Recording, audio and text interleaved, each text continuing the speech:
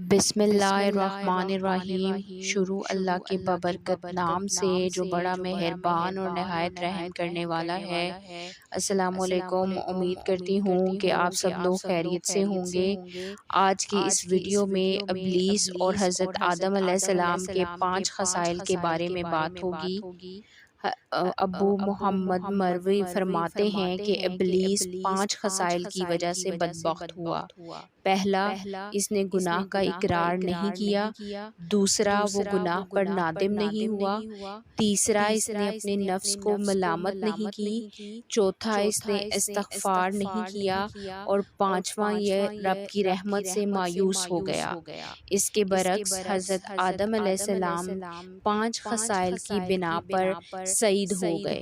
اول، انہوں نے اپنے گناہ کا اقرار کیا۔ دوم، وہ اس پر ندامت ظاہر کی۔ سوم، انہوں نے اپنے نفس کو ملامت کیا۔ چوتھا، انہوں نے فی الفور توبہ کی۔ اور پانچواں، وہ اللہ تعالیٰ کی رحمت سے نا امید نہیں ہوئے۔ اس میں حضرت آدم علیہ السلام کی کون سی غلطی کی طرف اشارہ ہے کہ جب اللہ تعالیٰ نے انہیں اور اماں حوا کو گندم کا دانہ کھانے پر جنت سے نکال دیا تھا تو وہ اپنے اس گناہ کا اقرار کر رہے تھے، اس پر ندامت کا اظہار کر رہے تھے، اپنے نفس کو ملامت کر رہے تھے اور توبہ استغفار کر رہے تھے اور اللہ کی رحمت سے نا امید نہیں ہوئے تھے۔